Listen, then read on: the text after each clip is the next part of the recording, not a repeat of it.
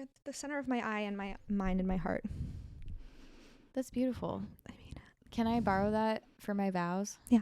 When I marry you. Right. Obviously. Of course.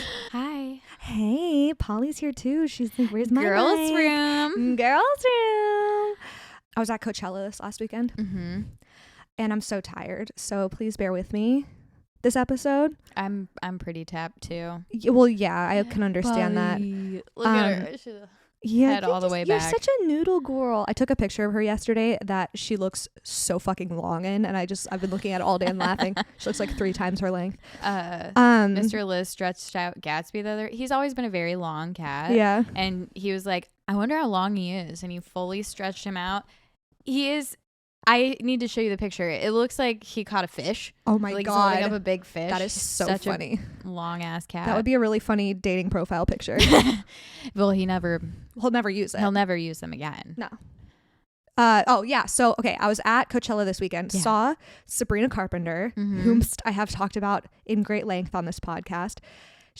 They say not to meet your heroes. I didn't meet her, but I was breathing the same air as her, and it grew my love for her. Did it change your brain chemistry?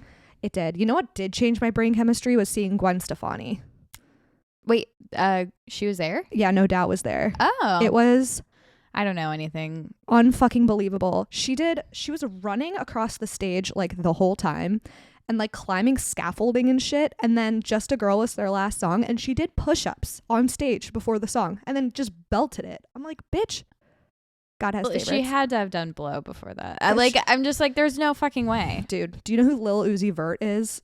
Yeah, more or less. He was there, and that dude, there's no way that he didn't just do like a shit ton of cocaine before coming on stage. I've never seen anybody dance like that in my life. It's truly amazing. And if these people aren't doing cocaine, then they sold their soul to the devil. Because where do you get all of that talent and energy? It was from? exhausting watching it. So I can't imagine being up there. But yes, okay. So I had a thought. Have you heard Olivia Rodrigo's new song, Obsessed? No. Okay. It's called Obsessed, if you didn't gather that by the setup of that question. And it's about her being obsessed with her boyfriend's ex-girlfriend. Oh. And it is the most relatable lyrics ever. I'm going to look some up. Is it like Becky's So Hot? What's that? Oh, you sent me that song. Becky's So Hot. I think it's by JX. And she's talking about her girlfriend's or her ex-girlfriend's new girlfriend. Never mind. Oh. She's like, she wrote the song because she accidentally liked a picture of her ex-girlfriend's new girlfriend. Yeah. And then wrote a song about like, yeah, she's really hot, Yes. so I get it. Yes. Oh my God, I completely forgot. Isn't that Fletcher? Oh, that's what it is. It's oh Fletcher. yeah. Yeah. Oh my God, dude, yeah. I fucking love that song. It's so good. Jax has the Victoria's Secret song, which is a little corny, but I love it. I love it. So it's so catchy. Yeah. I know Victoria's Secret. And I'm like, she's right. yeah. What the fuck is going on here? I'm in an incognito window because I'm using my work computer and I'm concerned about looking up sex news from my work computer. So anyway, everything's kind of a little backward. At this point, I don't know. I don't think that'll make a difference. I think IT can still see. But also the amount of people who probably watch porn on their work computer. That's so true. You know? My ex did that. Watch porn on his work computer? Yeah. And What I was the like, fuck? what, are you not nervous about that? He's like, oh, should I be? Yes, you idiot. Yeah. My therapist, we were talking about porn addiction, and she was like, yeah, I know people who, they weren't her clients. Right. She just like knows people who they were so addicted to porn, they just had it like up on their work computer while they're like on a call. What the fuck? Yeah. Just like working with porn on the screen. Like it's every day. Like it's just like YouTube videos just running in the background. Yeah. That's crazy I don't to think about. I like do not, I guess I don't fully understand that. No. Like that level. No. I mean, it's hard to fathom. I wonder if it's like the equivalent of like, you know, when people have the Minecraft videos in the background of a story. I was just It's about like to that. say that, but I couldn't explain what I was trying to say. But that's exactly what it's like. Like maybe I need to do that on calls. Have like a Minecraft like video Or playing. Yeah, a Minecraft video while I'm watching porn, actually. So I can pay attention to the porn. Okay, here are some of the lyrics. It's always so weird speaking lyrics out loud. I feel like I'm like doing an open mic slam poetry moment. Oh, I actually had to do that in high school theater class. Read lyrics. We had to pick a song and act it out, like read it like a monologue. That's so. And I picked You Oughta Know by Alanis Morissette. I was like 15. I was like, I'm here, girl, you don't know anything. to remind you of the mess you left when you went walked away. It's not fair. No, I didn't. I wasn't crying. I was angry. You deny me. But I also took the parts out that referred to sex. Yeah, of course. So I was like, well, I'm a child, so I've never had sex. In my theater class, we had to act out a scene from like a pivotal moment in our lives and not speak, but use a song as the background to tell the story, and then just like pantomime it. That's crazy. And I did High and Dry by Radiohead, and it was about my dog dying. Oh. Well, I mean, like, that's such a serious thing. Like, what are you... Children have experienced some trauma, and you're asking them to act it out. Right, You don't let's know what hash it these out. kids are going to show you. Let's and hash it out to tell some you. like 2008 MySpace music. Maybe they were doing it as an exercise to make sure, like, all of the kids in their class are, like, okay. Yeah, maybe. But Also, that's I want still to so, like, public. I want to specify, because I'm sure somebody's going to hear what I just said and say Radiohead is not 2008 MySpace music. I know it's not. Okay. I mean, if it was for you, then, like, if you had it on your MySpace, then it is for you. Dude, speaking of which, I saw Taking Back Sunday at Coachella. Do you know Taking Back Sunday? Do I know? Okay, a lot of people didn't. Duh. A lot of people didn't. I was like, are you fucking kidding me? Cornerstone of my personality. Dude, and they did Make Damn Sure and Cute Without the E at the end, and I have never felt more full circle in my life. Yeah, Cute Without the E, for sure, on my MySpace. Oh, me too. Mm-hmm. I feel, oh my God, what a moment. They're old dudes now, and they're making new music. Okay, I'm like, I love that. Nobody's here to hear your new music. You know what I mean? But anyway, good for them. They need a hobby. Yeah, I'm happy for Old them. guys need hobbies. Read these lyrics. Okay. To me. Hit me. She says, if I told you how much I think about her, you'd think I was in love. And if you knew how much I looked at her pictures, you would think we're best friends. Because I know her star sign. I know her blood type. I've seen every movie she's been in, and oh God, she's beautiful. And I know you loved her, and I know I'm butthurt, but I can't help it. I'm so obsessed with your ex. And the first time I heard this song, I was thinking, this is the most relatable shit I've ever heard in my life. Like, you become so obsessed with people that your partner has dated that you know just like such intricate detail. Like them. Her blood type is such a funny line. I mean, it's obviously facetious. Of course. If for those of you who take everything literally. Yeah, I don't know. But it's just, I don't even know like my own blood type. Being so into like the lore. Yeah. That you're like learning everything about this person, because you're like, then you start comparing yourself to them. Yes. Yeah. And Whereas, it becomes an obsession. And like, you know, in my younger years, in a very, very unhealthy way. And she's 21. So like, that was kind of, that's the age. Yeah. And that was also when I was like kind of exiting out of that phase, but it was still at its peak. Mm-hmm. I went from it peaking to it not existing. I don't think we've ever talked about that whole phenomenon of being obsessed with your partner's ex or people that your partner have dated in the past. And it's something that everybody, at least everyone that I've talked to, has experienced. Yeah, in some capacity. Yeah, for like, sure. My boyfriend's ex-girlfriend is so pretty, or like, I wonder if he still like thinks about her or talks about her, but it's very like taboo to bring up because it feels crazy, but it's something everybody experiences. There was like, when I think about it, I'm like, who have I been like the most like obsessed with checking on? And I actually think it's like a weird kind of obsession where you're not like, you don't hate her or anything. Right. It's more just like, well, now I'm so invested in figuring out like why they wanted to date you. Like, why were they with you? Why didn't it work out? Like, right. That's the thing. All of these things. Why'd you break up? Did she dump you or did you dump her? Do you still want to be with her? It like turns into this spiral. Are you trying to turn me into her? Yeah. I hate that. Dude. Yeah, me too. Like, why are you trying to turn me into your ex? But the person, when I think about like, who did I like, was I the most like nervous about or whatever? And it wasn't my ex's ex per se. It was someone he cheated on his ex with.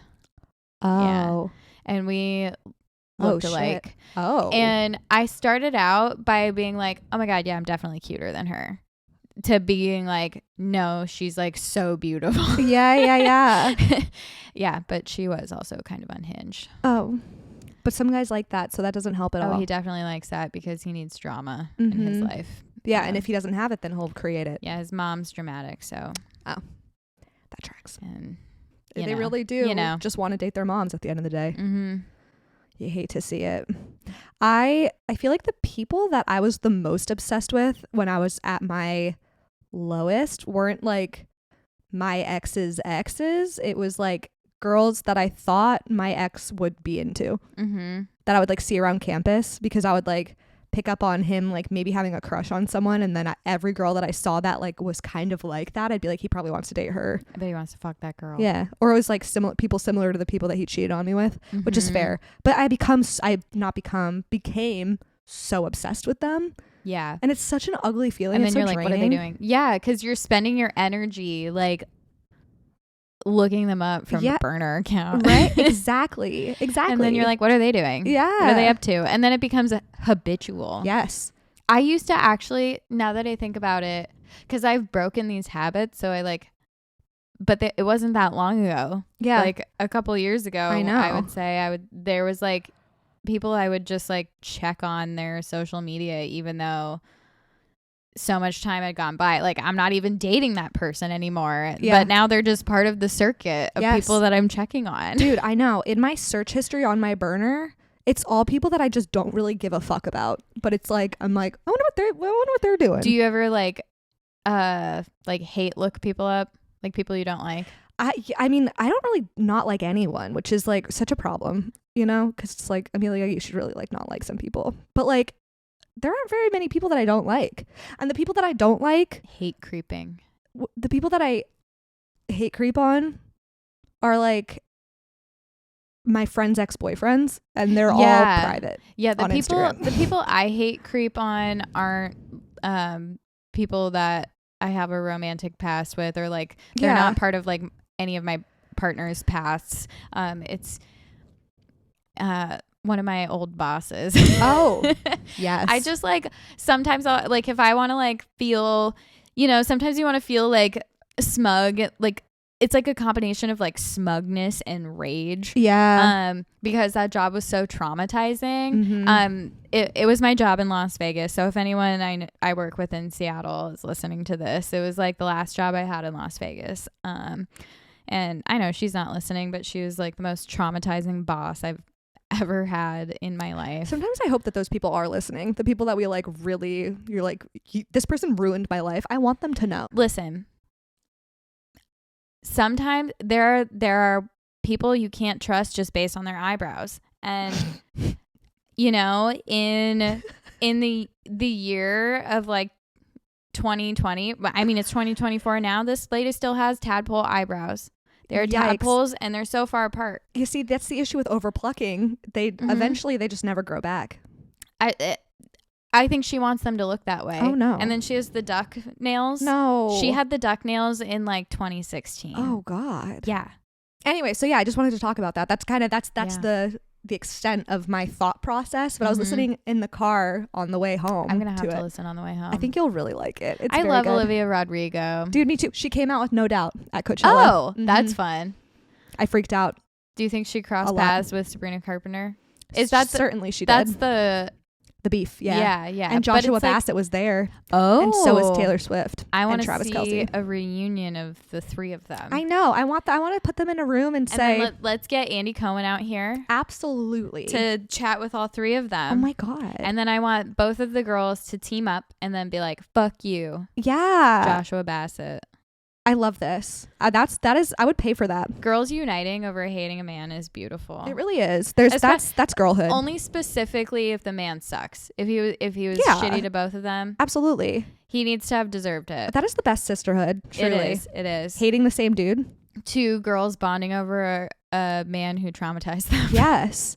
And specifically a man that traumatized them to the point of them not liking each other. And then they team up. I think that beautiful arc. Like that is such an ugly thing too, that I think that like more so like younger guys do, like maybe teenagers and early 20s, is like pitting girls against each other. Yeah. And yeah, it's a very toxic mindset. It is a power play. Yeah. And I mean, it's always like the worst type of person that does that. I don't think it's very common. No. You know, like I've never dated anyone who's done that and been like, you should be threatened by my ex, essentially. Yeah. I'm shifting gears a little bit, but in a similar vein.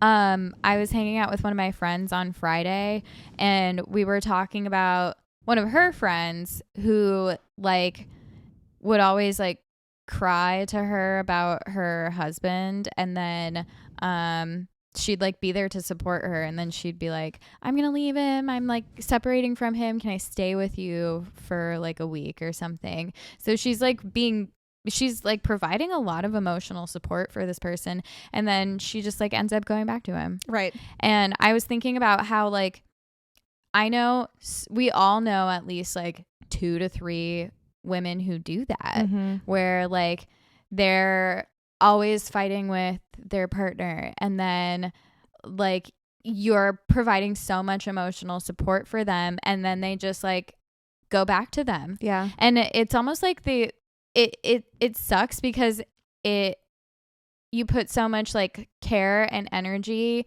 into like being supportive and trying to protect them, and it's like they're just throwing it back in your face. Yeah. That happened to me in college with one of my friends and her ex. Like he like hooked up with someone else, and like was trying to keep it a secret, and it was like a bunch of drama. And then he like showed up at our house like in the snowstorm to talk to her, and I was like, get that fucker out of our house. So fucking dramatic. And he then loved that it was snowing, so Yeah. he could like be so dramatic about it. He was totally that type. And Yeah. then she left with him, and I didn't see her for 3 days, and then she comes back and she's like, are you mad at me? And then I just started crying because I was like, I love you so much, and like this, I had to watch this horrible person like treat you like shit. I had to watch you like go through this heartbreak and betrayal that he caused, and like then you just like forgive him and disappear with him, and then you don't talk to us and let us know that you're okay for 3 fucking days. Yeah. And I think like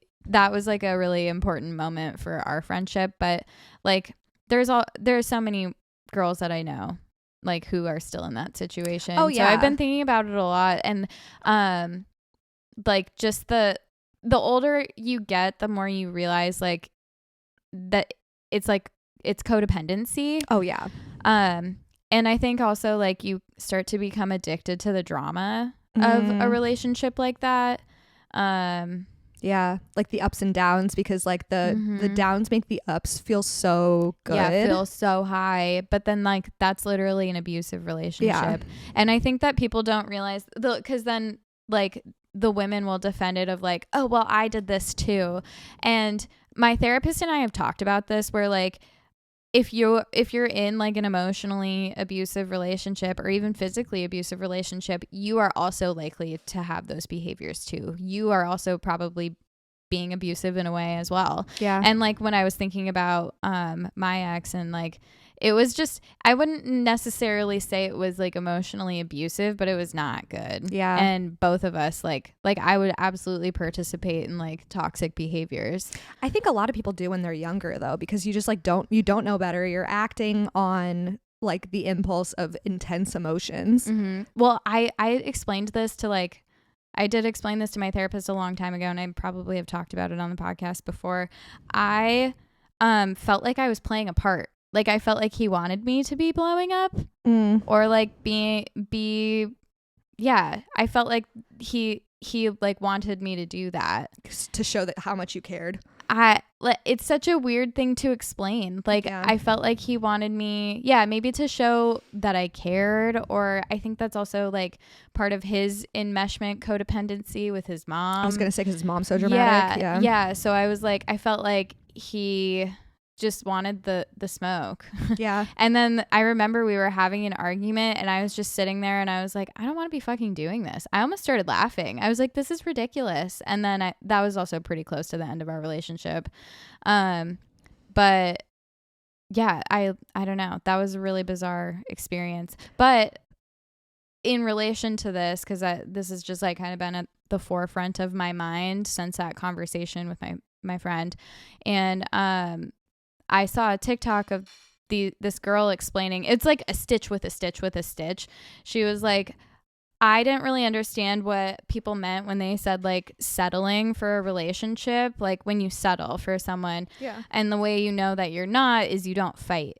And then the more they explained it, they're like, it's not that you don't have disagreements, but it's when you're with someone who you're actually compatible with. If you have like a disagreement, you're like still going to work together to like fix that and repair it. Like it's a team effort, and you don't want to fight with someone that like you really care about. Yeah. You don't want them to be unhappy. Yeah.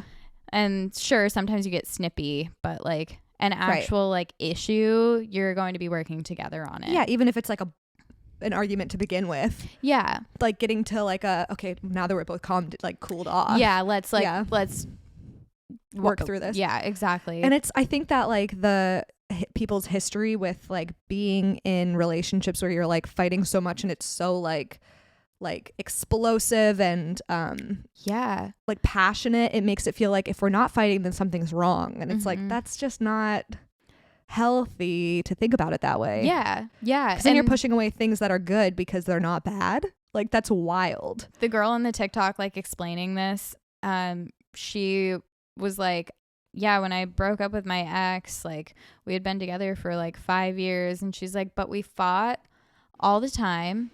And she like thought that was normal. And she was like, also he like wanted me to change. Like I feel like that is something I see a lot too. Yeah. Like people making that mistake of you're settling with someone because you want to change them. Yeah. Or like have them change in some capacity. Maybe at the beginning of your relationship, like the first couple of months, they were really fantastic. Mm-hmm. And then their true colors start to show. That's and the then you're like, thing. You're always like, well, maybe we could get back to that place like the first 2 months of our relationship where we were both so happy and everything was easy. Yeah. But that's not ever going to happen. Right. If I don't know. I feel like if you're fighting all the time and it's like only 3 months into your relationship, you shouldn't be together. Absolutely. I'm saying this as someone who's made a lot of mistakes in dating. Oh, yeah. I mean, we all do. Yeah. So it's like you live and you learn. But the worst is when you provide all of that emotional support for your friend, and then they end up going back to the relationship. But that emotional support was also in the form of like talking mad shit on their boyfriend. Mm-hmm. I have fallen into that so many times. I have so many friends where I'm like they're so sad and they're like, fuck that guy, and I'm like, let me list out all of the things that I hate about them and their mom, and then they end up like getting back together with them. It's like, and then you're like, okay, well now you know how much I don't like them. Yeah, but then it's also like that's their person in their mind, so it's like I don't want them that to like alienate them or like feel like they can't talk to me about like, them anymore. It's just it gets so complicated. When I was talking to my friend, she hasn't dated in a while. Like her and her ex broke up like 2 years ago, which is, I was like, it feels like you guys broke up forever ago, but also not that long ago. Yeah. I don't know, it was weird. But she was like, yeah, I made it my goal this summer to start dating again, because she's like, I'm just so happy on my own that I feel like if I don't tell myself I'm gonna start dating, then I'm just like never gonna do it. And she was explaining to me her mindset is the men that she dates aren't competing with other men, they're competing with her. Yes. And that's so true, because I was thinking about like before I was dating Mr. Liz, I was very, very happy doing my own thing. I was just like living my best life, like, because I'm meeting all of my own needs. Yeah. And even when I was like dating someone, I feel like I forget that we were dating because I was still so self-efficient and self-dependent that like, I don't know, we shouldn't have been dating in the first place. Yeah. You know, he was just like fun and cool. And I was like, this is cool. Yeah. But the unmemorable ex. Yeah. I always forget that you dated him. Yeah, me too. Yeah. Like unproblematic, but also unmemorable. Yeah. Like he was just like a great guy, but it just wasn't the right fit. We weren't the right match for each other. Yeah. It's so weird to think about. Like I completely forget that ever happened. Yeah.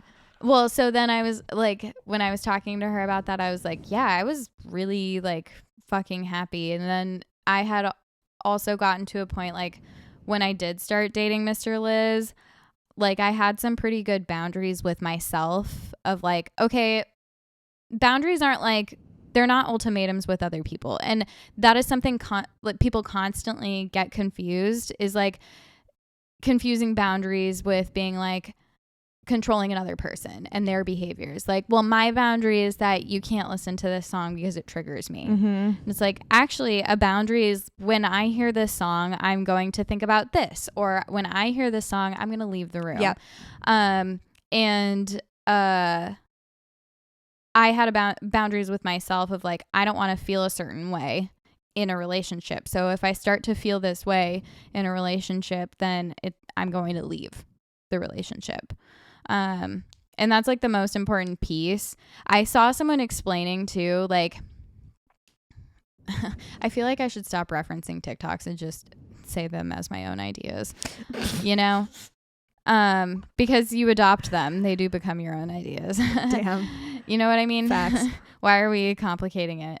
The why, like we spend so much time like trying to understand why someone did something and not thinking enough about how it made us feel. Like we're trying to logicize like why someone did something that made us feel a certain way, and like trying to like read into all of their behaviors and stuff. But what the most important thing is, how did it make you feel? Yeah. It doesn't matter why they did it. How did it make you feel when they did that? And then the boundary you need to draw is, do I want to feel like that? Yeah. Because if you don't want to feel like that, then you need to remove yourself. Yes. Not, you need to do this or I will do this. So I thought that's like such a good way to think about it, because it really is, that's the only thing that you're in control of. The weaponized therapy speak has definitely made like shitty people even shittier. Yes. You know? Yeah. Like you just have the words to describe why you're being shitty, like, and defend it. Yeah. Right.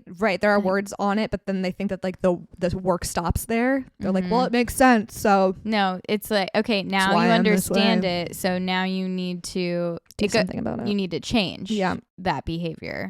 So if it's something you don't like or is making you unhappy, then the onus is on you to change. That's way too evolved for way too many people that need to hear it. I also constantly wonder, like, there's like studies show like only this percentage of people are self-aware, but I'm like, how are you measuring self-awareness? Yeah. Can you measure that? There has to be a way to, if they're saying it. They're self-reporting self-awareness? No, I bet that they're doing like little tests on it, like just like asking questions that there are obvious answers to and seeing how they respond to it. Like they could put a bunch of like controls in the room to pretend like they hate them, and then ask the person like, are you liked in this room? Like, probably shit like that. That's the psychology major in me jumping out. Let's conduct some studies. Okay. And then we'll make a second podcast about that. Called The Study Hour. Ooh.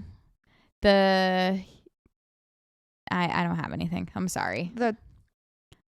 We'll circle back. I love how I always say we'll circle back on puns, and then we never circle back on it. We don't need to. Maybe we will. No, we need to. But do we? No. But we do need to. Can I plug my chapstick real quick? Yeah, absolutely. Oh, I thought that was a glue stick. It looks like a glue stick, doesn't it? Yeah. Does it look like a glue stick on purpose? I don't know. It has like the orange, like the Elmer's, and then the blue, like. It's Palmer's cocoa butter formula with vitamin E. Softens, smooths, swivel stick. Say that 5 times fast. 48-hour moisture. The reason I got it is because it's the highest rated, and my lips are wrecked from the desert. It's the highest rated on Amazon. I was gonna say Amazon. Yeah. The highest rated on Google is like a $48 chapstick. I'm like, I'm gonna lose that in a second. Google's search engine sucks, first of all. Yeah. And I don't know. I'm the kind of person, I'm not going to buy my skincare products off of Amazon. That's because it's you don't know if it's going to be like legit, and then also you don't know how long it's been in the warehouse. Yeah. So yeah, I always check the expiry dates, as the Brits say. Like, I'm so multicultural. I don't want to brag, but I feel like I was going to say something else about the line of thinking that I really shifted the topic because I saw my chapstick And you wanted to put some on. and I wanted to put some on. Yeah. I mean, that's a good time to plug something you like. Thank you. What were we talking about? You know, people going back to shitty relationships. Yeah. Yeah. It's heartbreaking. It really is. Because I've also been there. I went back to a relationship that I shouldn't be in so many times. And I didn't tell the last time that I did. I told nobody. And then I dealt with it alone until it blew up. And then I had to tell people because I was like, I'm so fucking sad and I can't deal with this alone. Yeah. And then I had to explain everything that happened to get to that point because it had been like 6 months of me keeping all of this shit secret. That's a really ugly place to be in. And so I feel like that's why I always feel so bad when I talk so much shit on someone's boyfriend that they end up getting back with, because it's like, oh, I remember how that feels, feeling like you have nobody you could talk to about it. You know what I mean? Yeah. And that was all self-imposed. Like, I remember I told you when it was all blowing up. Yeah. Like 6 months after we had started talking again, and you had like responded with so much like compassion, and so did Katie when I told her. But it was like leading up to those two conversations, I was just like, they're going to be so disappointed in me and they're going to be so mad. When in reality, it's like your friends just want you to be happy. That's like their team. If they're good friends, their team, your happiness, you know? And that's why it sucks so much when you get back with your shitty ex, because they just want you to be happy.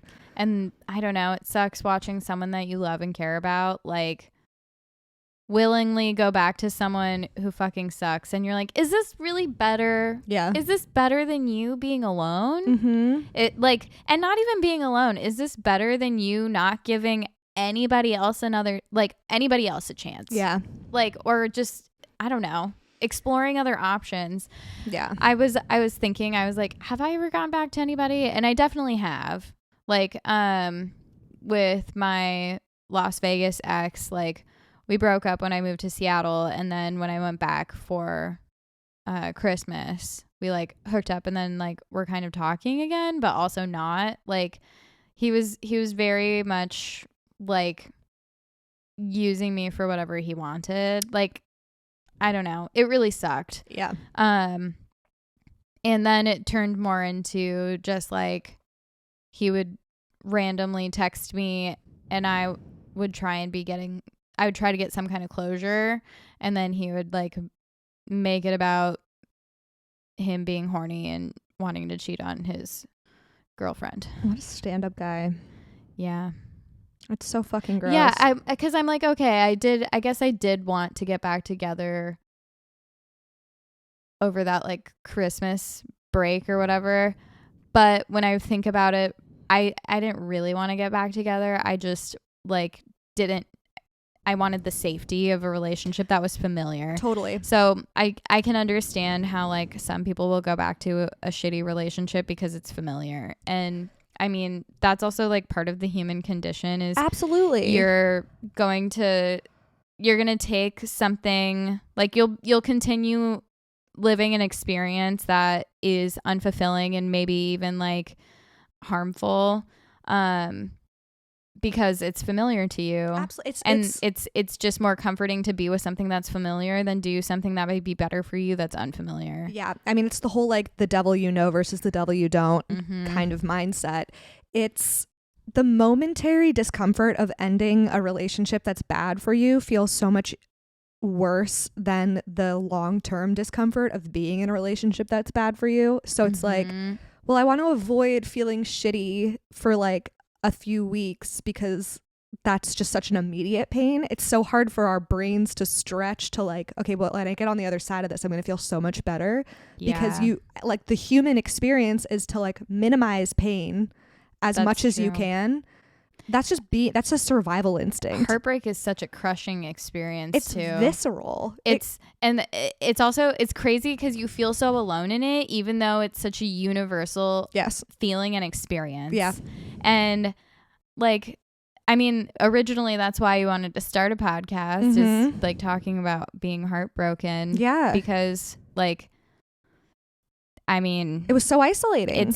It is such a universal experience. Yeah. And it like I always think that it's amazing, like, how many people will come out of the woodwork to be supportive when, like, you're going through a heartbreak. Yes. You know? Yeah. It's really cool. Mm-hmm. It really is, because you feel so alone when it's happening, and then it's like, oh, I'm not. When I was going through my breakup, like, when I had first moved to Seattle, I didn't have any friends. Mm-hmm. And, like, it honestly, like, launched my friendships. Yeah. Like, I made some of the best friends ever, Mm-hmm. like, because of that breakup. Yeah. Like, and I remember the desk I sat at too. I was in, like, a corner at work, and we had broken up, and I, like, started crying at my desk a little bit, and, like, the two girls who sat in the corner with me, like, were immediately, like, so supportive, and they're like, we actually just went through breakups from long-term relationships too. And I was like, oh, I'm, like, not alone in this. And like, we all decided to get onto dating apps together, and we shared our locations with each other and would tell each other, like, we're going on dates. I love that sisterhood. Yeah. And then, like, another girl on our team, she was, like, doing fun stuff, and I was like,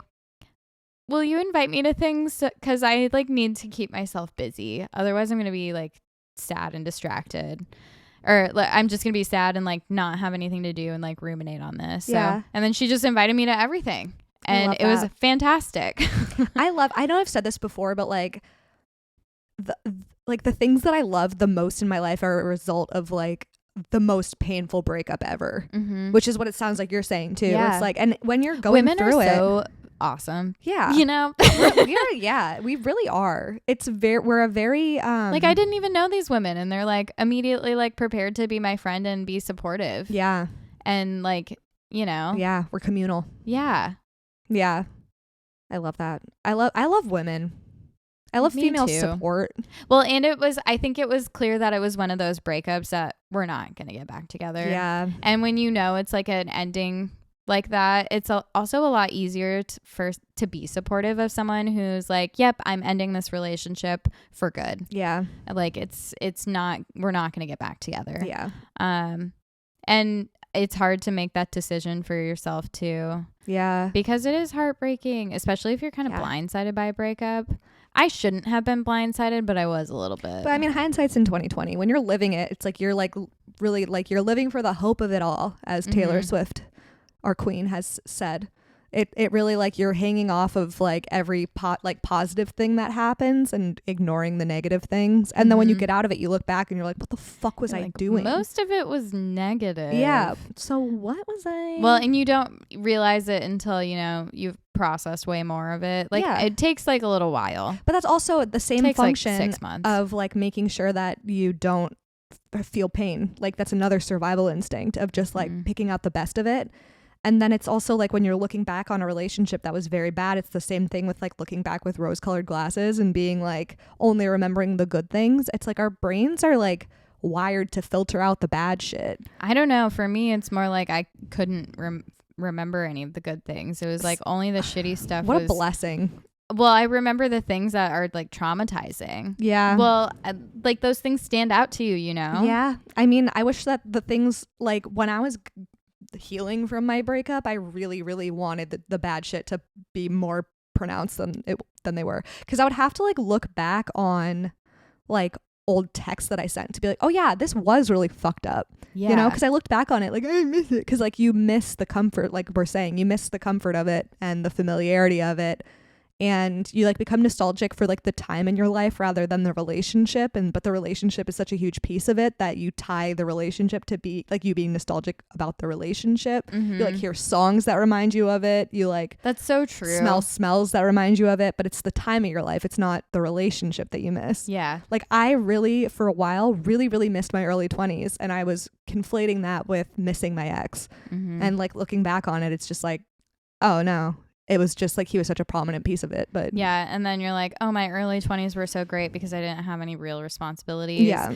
And then, like, you live in, like, a walkable community where all your friends are your neighbors. Yep. You know? Yeah. So yeah, going to real life after, like, having a college experience is really fucking hard. Yeah, it sucks. It does suck. Being an adult is tiring. That's why when I did move here for the job where we met, it felt like college part 2 to me. Yeah, me too. Because I was like, oh my God, I can walk a block. Not even. I'm like 2 minutes away from the grocery store. I can like use public transportation and it's clean. Yeah. And like I would get awful road rage in Vegas, so it would ruin my mood. Oh God. So like not having to drive like dramatically increased my happiness. Yeah. Yeah. And So- like we were that job too, like we would like go on trips all together and Yeah, like everyone- we were drinking a lot.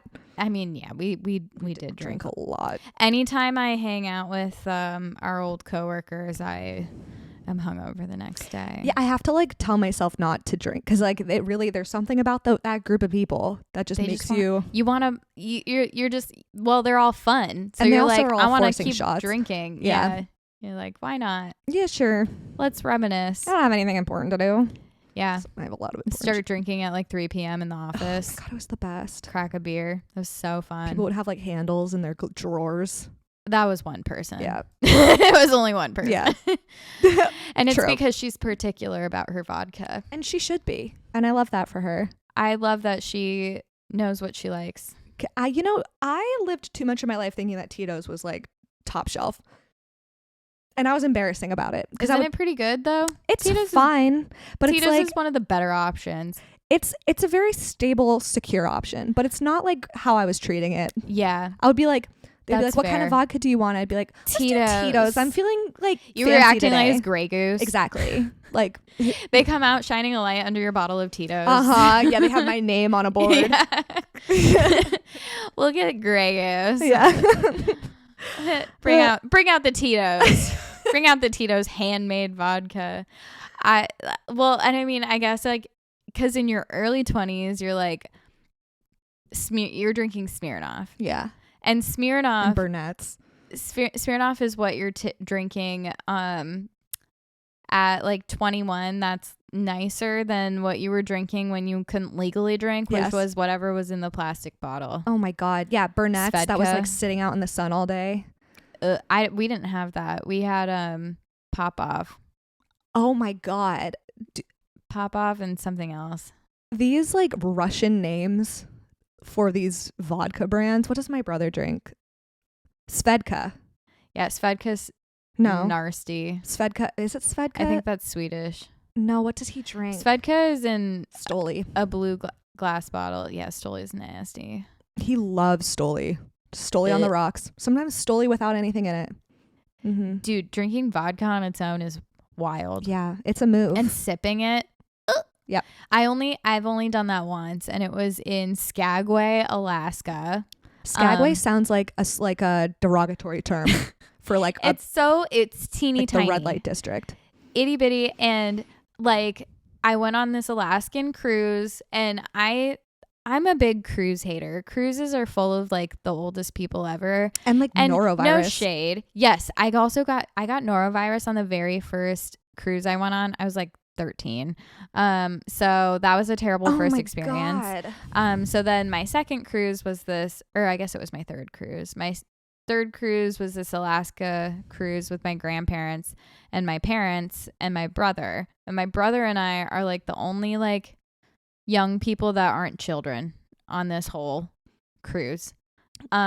So that was interesting. Yeah. But when we would stop at these places, like there's a lot of these gift shops that are owned by the cruise lines. That's why they all sell the same shit. Oh. And it's like not like good stuff either. Right. It's like just trinket trash. Yeah. And- Keychains. Yeah. Yeah. And then so like me being like a cool millennial. No, I'm looking up like the local breweries or like Yeah. just local stuff that isn't like, owned by the cruise lines. Yeah. And then asking the locals who like move there during the summer, like, where do you guys go? Like, what do you guys like to do, or where do you shop? So Yeah.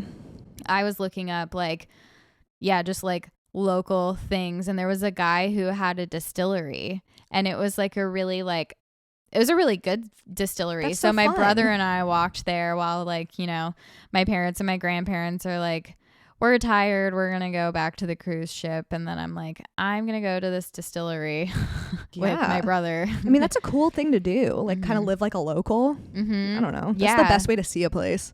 And it was such a small area. It was like a 10-minute walk to get there. And like, that's the whole town. Damn. But it was beautiful. So if you're ever in Skagway is you can check out the distillery. I love that name. Oh, it's because it sounds like slag. Oh yeah, skag. Like, why does that sound so mean? Skaggy slag, Skagway. And then it was a lot easier in Juneau to find like local stuff that isn't cruise line owned. Honestly, the best crepe I ever had was in Juneau, Alaska. Oh, dude, I fucking love crepes. And it was like a savory crepe. My mom and I ordered 2 because we were like, I don't think I've ever had a savory crepe. I'm gonna be honest. Oh, I love savory crepes. Because I like live for a Nutella crepe. Like I do love those. Yeah. But if it's too rich and it's not like something I'm in the mood for, having the kind of like sweetness of a crepe, but with like the savoriness of like cheese and vegetables. Yeah. Or like a breakfast crepe that's like, you know, cheese, eggs, and bacon. Like, that shit slaps. Oh, yum. When I first started dating Frank, he got a crepe maker for the first time I slept over because he said to his crepe maker. He said to his best friend, he's like, I just want to date a girl that makes me want to make them crepes in the morning. And then he was like, and then I started dating you and I want to make you crepes. Yeah. And so he made me crepes, Nutella crepes with fruit. It was the best thing in the world. That sounds like a dream. It was, oh my God, now I want crepes. Well, when I think about, so circling back to our earlier conversation of like when you're with someone you're actually compatible with, you don't fight. Yeah. And like your disagreements are productive. And I thought about you and Frank, and I thought about me and Mr. Liz, to be honest. Yeah. Because I was like, yeah, we're pretty productive and like considerate when we do have a disagreement. Right. You hear each other. Yeah. Yeah. And like you were saying too, like getting genuinely upset, but then like taking a break and revisiting and like fixing it or whatever, or like coming to a resolution of sorts. I've never brought something up to Frank I've never brought something up to Frank and he hasn't made me feel like so heard and held. It's been so interesting watching you go through this experience too of like dating someone who you're like actually compatible with, who like listens to you and like values your opinion because he like genuinely loves and cares about you. It's so new. Yeah, like because you're prepared for it to be a blow up argument. Yeah. You're prepared for your point of view and your feelings to be dismissed. Yes. Or like told that you're wrong for feeling a feeling, and you're like, well, no, I feel this feeling. Like yeah. Turns out I'm the one experiencing I didn't choose to feel this way. Yeah. So that's kind of the whole thing about feelings is you can't control that you feel something. It's so fucking true. And it sucks that you get so conditioned to like, you're immediately prepared to be like, I'm going to have to explain this. And that's why every single time I bring up anything to Frank, I start crying because I'm just like, this is going to be a thing. And it's like completely involuntary. It sucks. That's literally what I used to do too. And then like I had to basically train Mr. Liz pretty like early on when I would come to him about something that like maybe bothered me. Like, I'm going to start crying and just pretend I'm not. Yeah, that was helpful. Just pretend I'm not for crying. me to tell Frank that too. Yeah. Like, this is just, it's like that, is it Bryce Dallas Howard? She's like, and I'm crying and like, I don't feel I'm not panicking. Like, it's just, my eyes are crying and I like. That's how it feels. My voice will start to shake. And then when they call out, when they ask if you're crying, like, are you okay? It just makes you cry more. Yeah. They're like, is everything okay? It's like, I don't know. Just pretend I'm not crying. I love when Mr. Liz is like, are you okay, cutie? And then I'm like, I just feel like crying. Yeah. God, sometimes a good cry really just hits. Like, I'm sad because I had a bad day. I don't know. Yeah. I don't know. Sometimes I have a cry that's waiting for me. Ugh. I know You're going to feel so good when you do it. I think I'm just too tired. Yeah. Wow. And I also, there's nothing I like specifically want to cry about. It's just like I am so exhausted and I've been so like busy that the stress relief of a cry sounds so nice. I hope that you get to experience that soon. Me I hope too. that something doesn't tip you off. I hope it just happens. I'm hoping that it's triggered by like watching like a movie or something. Watch Soul again. Yeah. Yeah. Yeah. Yeah. Don't do it. Yeah. We're at 57 minutes. Do you want to wrap? Yeah. Both of us are so sleep. Yeah, I do. Yeah, I want to wrap. Yeah, I want to wrap. Yeah, I do. I want to go to bed early. Yes, indeed. I'm so tired. Yeah. Thank you so much for your paciente with me today. I missed you. Like, I missed you. Seeing you is always re-energizing for me. I love you. I love you too. Let's hang out this weekend. Yeah. Okay. Oh, you had said that, and I realized like later, like I didn't even respond to you saying like, if you maybe want to like do something, like hang out. I'm not doing anything this weekend. Let's hang out. Cool. Frank's leaving me, y'all. He has friends. Nerd.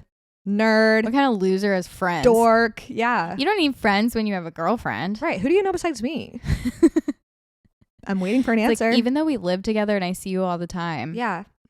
It's not enough. How dare you? It's not going to be close enough unless we literally join bodies. Right. You better tattoo me on the inside of your eyelids. Yeah. Yeah.